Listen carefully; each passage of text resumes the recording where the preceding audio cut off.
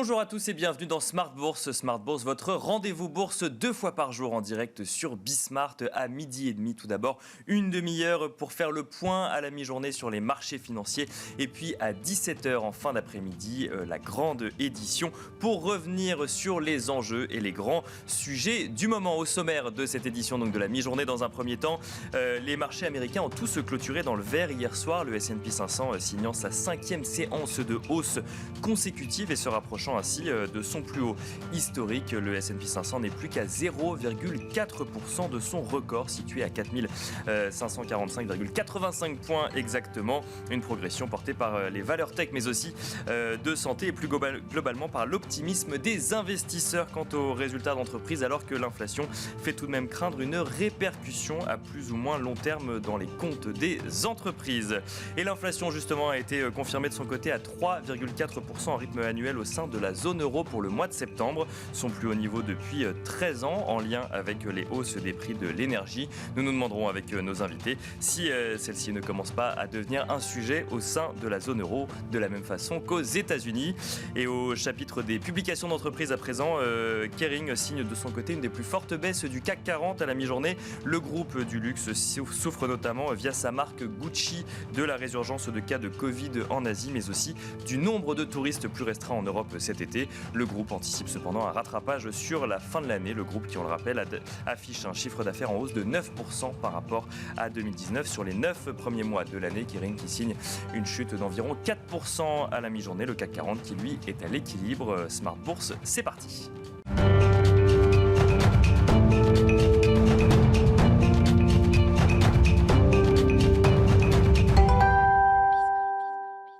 Et on commence comme d'habitude avec Tendance mon ami, où Alix Nguyen vous résume les actualités boursières à la mi-journée. Vigilance toujours à la Bourse de Paris. Si les résultats du troisième trimestre inspirent confiance, les mêmes doutes persistent quant aux perspectives économiques. Les craintes sur l'inflation dominent, sans compter qu'en septembre outre-Manche, les prix à la consommation ont augmenté de 3,1% sur un an. Ils dépassent l'objectif de la Banque d'Angleterre pour le deuxième mois d'affilée. En zone euro, toujours pour le mois de septembre, tiré par les prix de l'énergie, l'inflation s'est accélérée pour atteindre 3,4% en rythme annuel, son plus haut niveau depuis 13 ans. Kering chute, Vinci bondit. Le groupe de luxe voit sa croissance légèrement ralentir au troisième trimestre, pénalisé entre autres par sa marque emblématique Gucci, dont les ventes font les frais de la résurgence du Covid en Asie. Le chiffre d'affaires du groupe s'est établi à plus de 4 milliards d'euros, soit une hausse de 12,6% en données publiées et de 12,2% à taux de change et périmètre constant.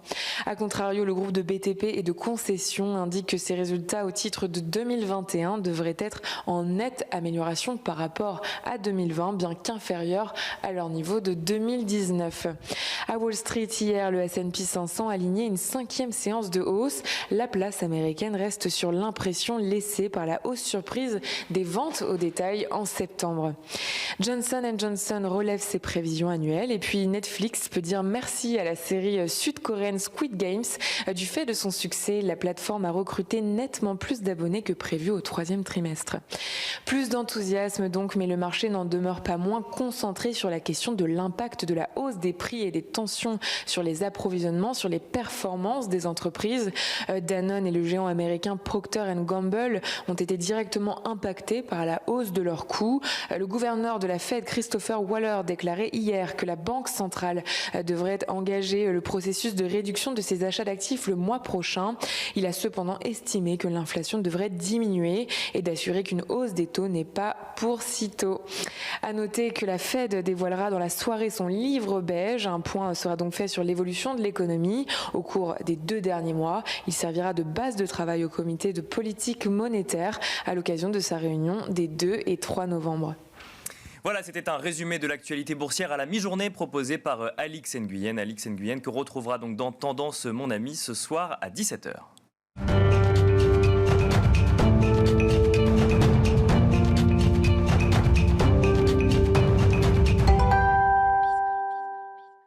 On le le disait en introduction, le S&P 500 n'est plus qu'à quelques points de son plus haut historique et ce dans un contexte assez particulier. L'inflation inquiète, les investisseurs se demandent dans quelle mesure celle-ci va avoir une incidence dans les comptes des entreprises alors qu'on est en pleine saison de publication des résultats. On note que le rendement à 10 ans aux États-Unis progresse de son côté. Il est actuellement aux alentours des 1,65%. Une progression qui nous avait normalement habitués à voir les entreprises de croissance délaissées sur les marchés. On évoque ce contexte avec John Plassard, spécialiste en investissement chez Mirabeau, qui est en duplex avec nous. Bonjour John Plassard. Bonjour Nicolas. Merci d'être avec nous. Alors, on le disait en introduction, je le redisais, le S&P 500 est à moins de 0,5% de ses plus hauts niveaux historiques, 0,4% presque, alors que la majeure partie des investisseurs tablaient sur une correction plus nette sur les marchés américains et notamment sur le S&P 500. Comment est-ce que vous expliquez un tel mouvement, John Plassard ? D'abord, on peut dire que ça avait été un espèce de vent de panique chez les investisseurs parce qu'on avait cassé cette fameuse moyenne mobile des 50 jours, vous savez, qu'on suivait depuis plus d'une année et qui avait été cassée. On avait même vu cette moyenne mobile des 100 jours être cassée. Et donc, de plus en plus de sondages nous laissaient penser que, on allait baisser plus. Et comme vous savez, d'un point de vue contrariant, lorsque les investisseurs sont négatifs ou positifs, inversement, c'est le contraire qui arrive et c'est exactement ce qui est en train d'arriver ici. On a des très bons résultats d'entreprise, vous l'avez dit avant. On est toujours dans une période où les banques centrales et la banque centrale, la Fed, continuent à racheter des achats d'actifs. On parle de la fin du début de la fin de ces rachats d'actifs, mais aujourd'hui, elle est toujours en train de racheter ces achats d'actifs. On a la flexibilité des banques centrales. On nous a expliqué que si ça allait plus mal pour une raison XY, la Réserve fédérale américaine pouvait être extrêmement flexible et pourquoi pas arrêter la baisse des rachats d'actifs. Donc ça, c'est très important. Et puis aussi, une chose qu'il ne faut pas oublier, c'est qu'on est quand même dans une crise sanitaire où il y a un retour à la normale qui est en train de se faire. On a eu ce matin, par exemple, une nouvelle concernant l'Allemagne où apparemment à partir du 25 novembre prochain, tout ce qui avait été mis en place début mars 2020 concernant le Covid, devrait être arrêté et on devrait recommencer, les Allemands, commencer à retrouver une vie plus ou moins normale. Donc ça va dynamiser aussi plusieurs secteurs. Donc ici, on est dans une situation où on ne voit pas réellement de panique, mis à part la volonté des investisseurs de voir ce marché un peu plus baisser. Mais alors, c'est amusant de constater ça, John Plassard, alors que justement on parle de tapering, on parle de l'Allemagne qui arrêterait effectivement ce qu'elle a mis en place vis-à-vis donc de la pandémie. C'est des sujets qui, il y a encore quelques mois, étaient de nature à faire paniquer les marchés. Là, au contraire, ça vient alimenter un optimisme. Oui, tout à fait, mais je pense qu'en fait, il y a eu deux choses qui ont été faites. La première chose, c'est que les banques centrales ont très très bien communiqué, en tout cas la Banque centrale américaine, dans ce qui s'appelle la forward guidance, c'est-à-dire expliquer les mouvements qu'ils vont faire. Vous avez tous les membres de la Réserve fédérale américaine qui ont dit qu'on allait aller vers une baisse des rachats d'actifs, donc ce fameux tapering. Donc ce n'est pas une surprise comme on l'a eu en 2013. En 2013, c'était un choc pour les marchés, notamment les marchés émergents. Et là, en fait, on est en train de digérer que c'est tout à fait normal qu'il faille qu'on revienne à une certaine situation monétaire normale. Il ne faut pas oublier que le président de la Réserve fédérale, Jérôme Powell, affirme depuis plusieurs mois qu'à un moment, il faudra préparer la prochaine crise. Qu'est-ce que ça veut dire ? Ça ne veut pas dire qu'elle va arriver tout de suite, mais ça veut dire qu'il va falloir avoir des cartouches. Les cartouches, notamment, c'est la hausse des taux d'intérêt qui devrait arriver fin de l'année prochaine, mais aussi potentiellement un retour des rachats d'actifs s'il devait y avoir un problème à l'avenir. Donc ici, on est dans une situation qui est une normalisation économique, une normalisation monétaire, et puis aussi, on a les gouvernements qui nous expliquent aussi effectivement que ce retour à la normale se fera progressivement. Alors, on vous sent assez optimiste, John Plassard. Est-ce qu'on peut envisager un rallye de fin d'année sur les marchés boursiers aujourd'hui ou c'est trop d'optimisme pour le coup ? Non, je ne pense pas. Je pense qu'on peut continuer à monter sur ces marchés, notamment à cause et grâce à la période des rachats d'actions des entreprises, notamment des entreprises américaines. On estime qu'à la fin de l'année, c'est Goldman Sachs qui estime qu'à la fin de l'année, plus de 1 000 milliards de dollars de rachats d'actifs devraient être effectués par les entreprises américaines, ce qui serait un record. Et en fait, pourquoi aujourd'hui c'est important, c'est que vous savez, dans les publications lorsqu'il y a la période des publications d'entreprise, il y a ce qui s'appelle le blackout, où les entreprises rachètent moins rachètent moins leurs actions, et ça se fait après une certaine date. Et cette date, c'est début novembre. Donc potentiellement, les rachats d'actifs pourraient améliorer la situation boursière, donner un nouvel élan à la situation boursière qui est déjà très bonne cette année, mais sur cette fin d'année, et ce serait un nouvel argument de hausse. Et puis, dernière chose, Nicolas, c'est qu'on voit très bien qu'historiquement, les 2 derniers mois de l'année sont des très bons mois. On sait que septembre est historiquement pas très bon, mais les 2 derniers mois de l'année sont, vous savez, le fameux Christmas Rally, Bien sûr, oui. qui est le rallye de Noël aux États-Unis, eh bien, arrive très souvent, et on sait on se demande pourquoi ça pourrait pas arriver cette année. Et on sait que notamment, on a des secteurs comme le secteur bancaire, même le secteur de l'énergie, qui ont bien monté ces derniers temps, mais qui sont en retard sur leurs standards historiques. Mais alors, les rachats d'actions, c'est quelque chose qu'on a déjà vu après les publications trimestrielles au second trimestre, parce qu'on avait des entreprises, notamment des entreprises de la tech, qui ne savaient pas forcément quoi faire de leur cash et donc du coup qui rachetaient des actions. C'était finalement, c'est pas de nature à entraver celles qu'on pourrait anticiper pour la fin de l'année. Non, je ne pense pas, parce qu'il y a cette fameuse période de blackout dont on parlait, qui est du 21 septembre au 6 novembre, où là, on voit qu'on va avoir des annonces qui vont se faire. On sait que les sociétés américaines, et notamment les GAFA, ont énormément de liquidités, ne savent pas du tout quoi en faire. Donc ça va être certainement, on sait que Apple en a déjà annoncé, mais d'autres entreprises pourraient annoncer des rachats d'actifs des rachats d'actions, qui serait de nature à dynamiser ce marché et à mettre un petit peu plus d'eau dans cette tendance positive qu'on a depuis maintenant mars 2020. Alors, juste pour bien comprendre, là, on parle du S&P 500, John Plassard, et effectivement, qui est un indice où les rachats d'actions sont courants. C'est la même chose pour le Nasdaq et le Dow Jones, et de manière plus générale, c'est quelque chose qu'on peut étendre à l'Europe, ou là, c'est des situations très différentes ? Alors, c'est un peu des situations différentes. On sait qu'en Europe, alors c'est aussi un argument pour l'achat pour certains secteurs, mais on sait un des arguments, c'est de plutôt privilégier les dividendes. Donc ça, c'est une autre chose. Et en fait, on sait que le secteur bancaire redonne des dividendes aux actionnaires, ce qui avait été bloqué par la BCE l'année passée. On sait que les entreprises énergétiques déversent des dividendes qui sont très importants et ont confirmé dernièrement. Donc je dirais que c'est plutôt à travers ce biais que ça se fait en Europe, au-delà du fait que, évidemment, vous avez aussi des entreprises qui rachètent leurs propres actions, mais c'est moins évident, je dirais, qu'aux États-Unis. Et alors justement, côté entreprise maintenant, de part et d'autre de l'Atlantique, on a de plus en plus d'entreprises, alors quand même dans des secteurs liés à l'alimentation, je pense à Danone, à Nestlé ou encore à Procter & Gamble, qui disent que l'inflation a un impact aujourd'hui sur les coûts. Danone estimait que l'inflation avait un impact de 7% au premier semestre, ce sera 9% au second semestre, avec cet éternel débat, inflation durable, transitoire. Comment est-ce que vous voyez ça, vous, John Plassard ? Est-ce que le transitoire durerait pas depuis très longtemps quand même ?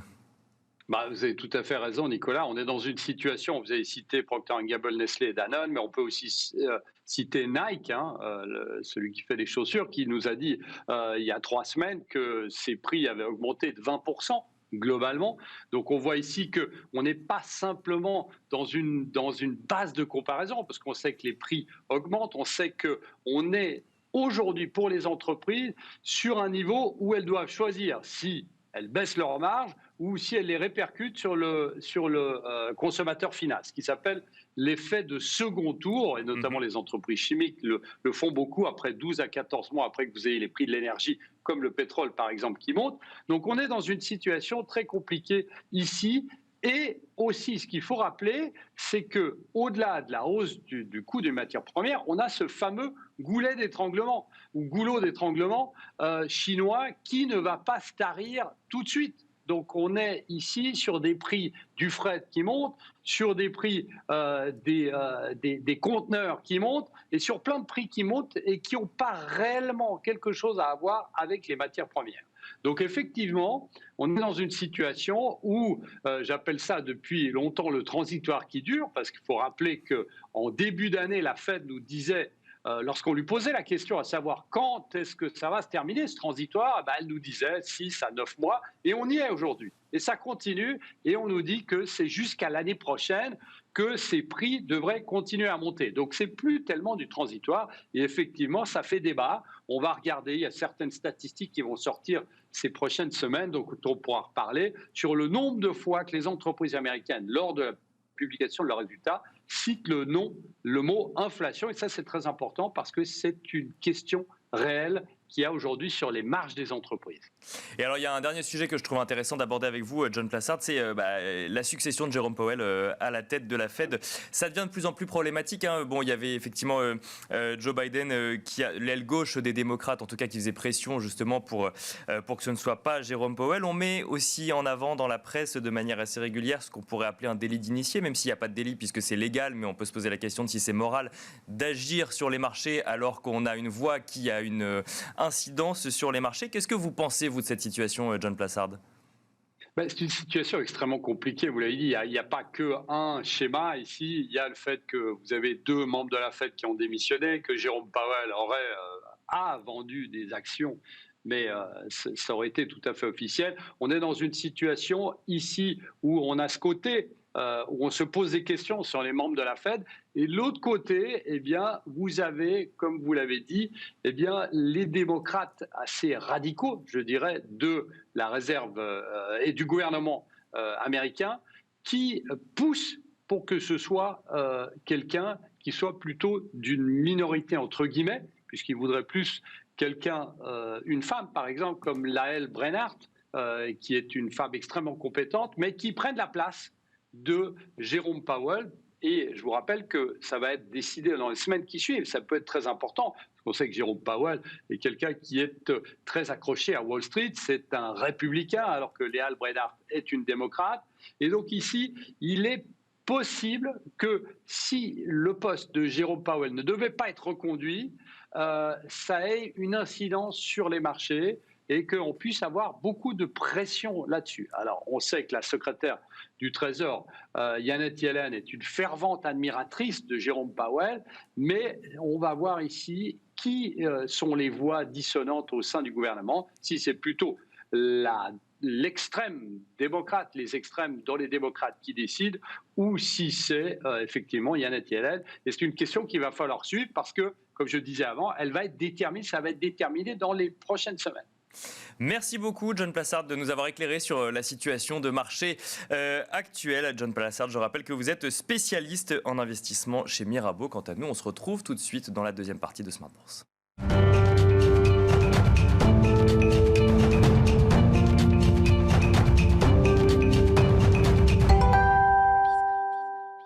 On enchaîne à présent en plateau avec Hubert Lemoine, directeur des investissements de Shellshare Prince Gestion, qui appartient au groupe Arkea IS. Bonjour Hubert Lemoine. Bonjour Nicolas. Bienvenue sur ce plateau. Alors Shellshare Prince Gestion, ça a un historique assez obligataire, mais on va le voir dans le contexte de marché actuel et avec les rendements obligataires, ça vous pousse encore plus maintenant à innover dans votre stratégie. On va parler de votre stratégie dans quelques instants, justement.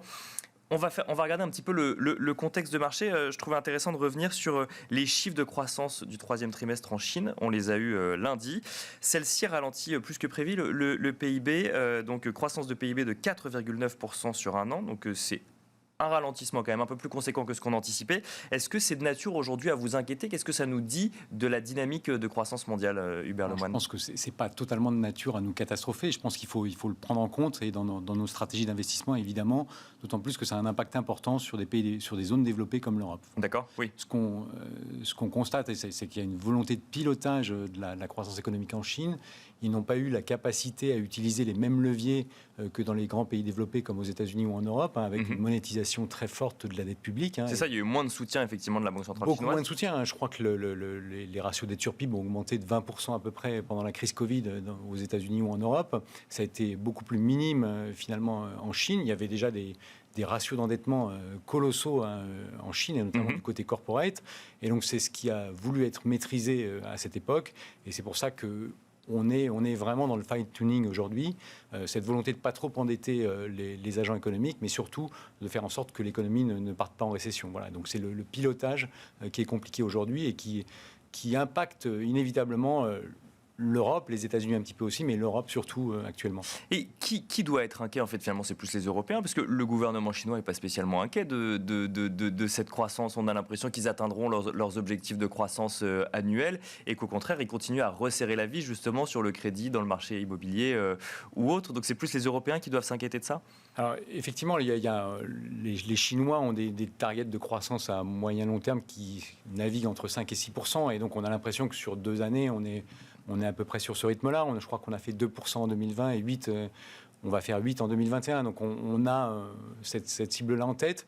Aujourd'hui, les Européens, effectivement, sont un petit peu plus contraints. On voit que l'Allemagne, qui est en excédent commercial très fort avec la Chine, subit quelque part ce ralentissement chinois. Et puis, inévitablement, même si, John le rappelait, les marchés sont au plus haut, il y a toujours cette crainte finalement de contagion des marchés chinois aux marchés développés. Bien sûr, oui. Les marchés chinois, c'est moins 20 aujourd'hui depuis le début de l'année sur les actifs risqués, avec inévitablement un marché action et un marché du crédit qui est sous pression. Alors un mot quand même de l'inflation, parce qu'on ne peut pas ne pas parler d'inflation quand on parle des marchés financiers, et encore plus quand on parle de stratégie d'investissement avec une coloration obligataire. Donc il y a une crise énergétique, il y a des goulots d'étranglement sur les chaînes d'approvisionnement, et on voit ce scénario de stagflation finalement se dessiner avec une inflation forte, une croissance faible, et c'est pas forcément le cas de manière uniforme en Europe, aux États-Unis ou autre, mais on surveille cela de très près. Comment est-ce que vous regardez cette situation? Alors c'est vrai qu'on a l'impression... On est sur un scénario d'inflation plus durable que transitoire. Bien sûr, John Plassard le rappelait, effectivement. Voilà, mais de façon transitoire, il y a quand même une explosion des coûts énergétiques, et notamment en Europe. Il y a une dépendance énergétique de l'Europe beaucoup plus forte qu'aux États-Unis, qui, bien sûr, depuis 2-3 ans, est indépendante. Et on constate que cette dépendance, elle est liée notamment à l'importation de gaz russe. Avec l'explosion du gaz russe, ça a doublé, je crois, en 2 mois.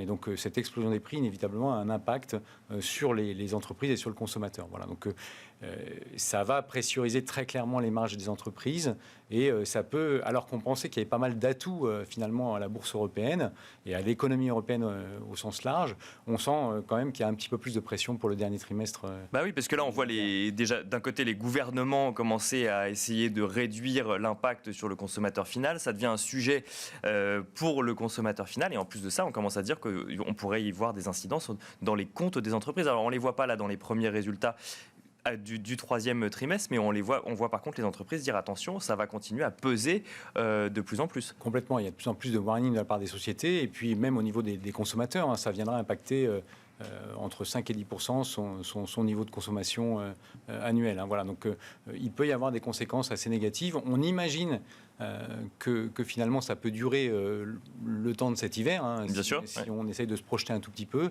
et que de façon plus durable, il y a des forces de soutien importantes, que ce soit l'épargne Covid qui est colossale. Je crois qu'on est sur des chiffres de taux d'épargne en pourcentage du revenu disponible qui frisent les 15%. Donc cette épargne, elle sera vraiment là pour soutenir l'économie sur un horizon moyen terme. Et puis inévitablement les plans étatiques qui sont financés principalement par la Banque Centrale Européenne, et qui, pour le coup, vont représenter à peu près 2 trillions. Sur les 7 ou 8 prochaines années. Les taux, le rendement à 10 ans aux États-Unis qui remonte à 1,65% environ à la mi-journée. Comment est-ce qu'on regarde ça quand on fait de la gestion obligataire? Pas que, c'est pas ce que vous faites seulement chez le Cher Prince Gestion, mais c'est votre ADN également. Comment est-ce que vous regardez cette remontée des taux? Écoutez, on regarde, en tout cas, à l'heure actuelle, on regarde ça de façon un petit peu plus positive qu'en Europe. Le message aux États-Unis, c'est plutôt une hausse des taux avec une quantification de la courbe des taux, c'est-à-dire un message plutôt de croissance. Bien sûr. Alors qu'en Europe, on a eu, et notamment avec le message de la Banque d'Angleterre qui souhaitait potentiellement monter ses taux de 100 points de base dans les prochaines semaines pour lutter contre cette inflation, on a eu l'impression qu'on avait plutôt un aplatissement dans la hausse des taux. Donc un message un petit peu moins sympathique en termes de perspectives macroéconomiques. Donc potentiellement un ralentissement de l'économie lié à ces perspectives d'inflation court-termiste liées à l'explosion du coût de l'énergie. Et alors, quand on a, je l'ai rappelé, un ADN obligataire historique, comment est-ce qu'on agit aujourd'hui sur les marchés financiers? Parce que du coup, il y a moins de performance, en tout cas sur l'obligation d'État. Après, il y en a toujours sur l'obligation corporate, mais comment est-ce qu'on navigue dans ces eaux? On a, pour le coup, adressé historiquement depuis très longtemps, puisqu'on a une gamme d'obligations convertibles qui est un moyen d'échanger de la dette en actions, et donc c'est un moyen de se positionner de façon prudente et convexe sur le marché des actions. Donc ça a été vraiment un outil, enfin une classe d'actifs historique chez Schelcher Prince, et c'est une classe d'actifs qui est hyper pertinente en ce moment. On voit qu'il y a des incertitudes, même si John était très positif avec les rachats d'actions des entreprises américaines. C'est un phénomène qui reste très technique, et la hausse des taux peut quand même, en tout cas, avoir un impact sur la valorisation des actifs risqués. D'accord, c'est quelque chose qu'il faut garder en tête, et c'est pour ça que les obligations convertibles sont un moyen de s'exposer en toute prudence, et donc on aura plutôt envie d'axer fortement nos investissements là-dessus. Il y a la classe historique Schelcher Prince qui est le crédit, et donc le haut rendement, et pour le coup on a du portage. Et on a cette capacité, finalement, on a cette visibilité avec un désendettement des entreprises depuis maintenant quasiment 2 ans, cette capacité à générer du rendement en minimisant les risques.